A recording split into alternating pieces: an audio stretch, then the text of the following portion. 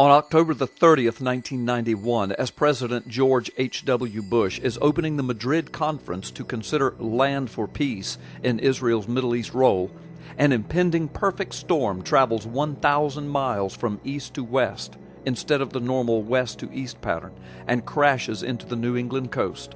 35-foot waves crash into the Kennebunkport home of President Bush.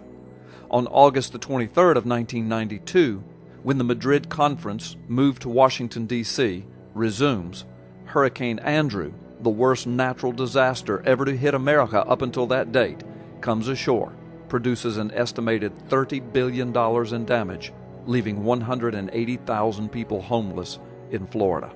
On January the 16th, 1994, President Bill Clinton meets with Syria's President Hafez el-Assad in Geneva. They talk about a peace agreement with Israel that includes Israel giving up the Golan Heights. Within 24 hours, a powerful 6.9 earthquake rocks Southern California. This quake, centered in Northridge, becomes the second most destructive natural disaster to hit the United States, behind Hurricane Andrew. On September the 28th, 1998, as Secretary of State Madeleine Albright works on the final details of an agreement in which Israel would give up land for peace, President Clinton meets with Yasser Arafat and Benjamin Netanyahu at the White House to finalize this land deal.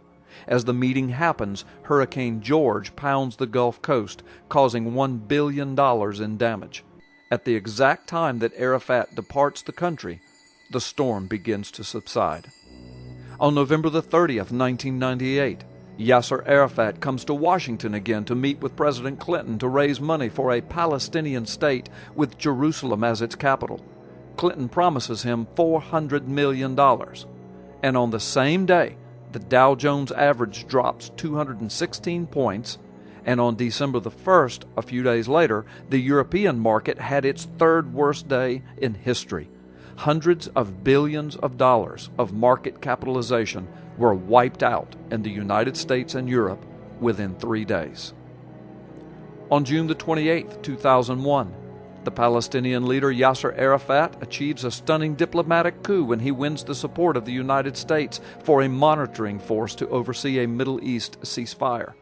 In the months of July and August of 2001, Israel advances several raids into the West Bank in order to stem the tide of increasing violence against Israel.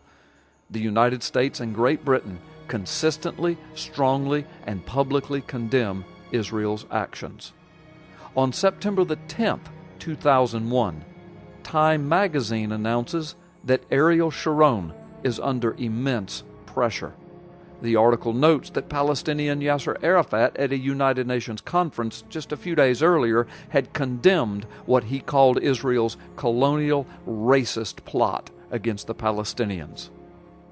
On September the 11th, 2001, the first and largest attack on the U.S. mainland occurs, killing over 3,000 innocent U.S. civilians, carried out by Arab terrorists, the mirror of what Israel had been fighting for decades.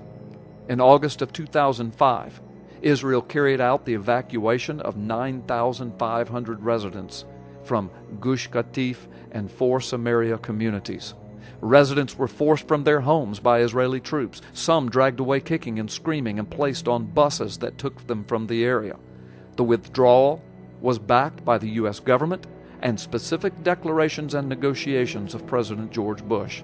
1 week later, Hurricane Katrina made landfall, forcing the evacuation and displacement of hundreds of thousands of U.S. citizens. More than 1,800 people lost their lives in Katrina, and more than $81 billion in damages occurred.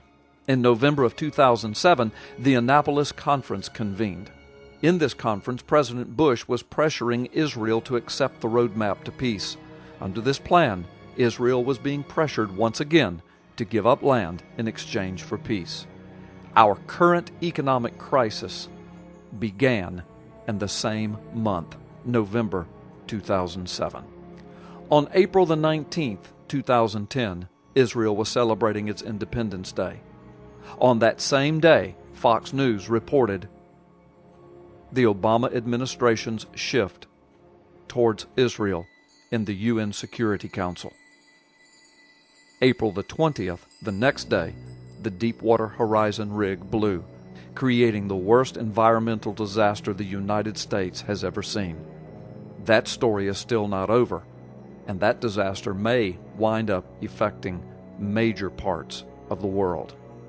Are these 10 disastrous events simply coincidence, or are they the hand and judgment of God? And if they are the hand and judgment of God, what judgments are yet to come as we continue to turn our back on Israel?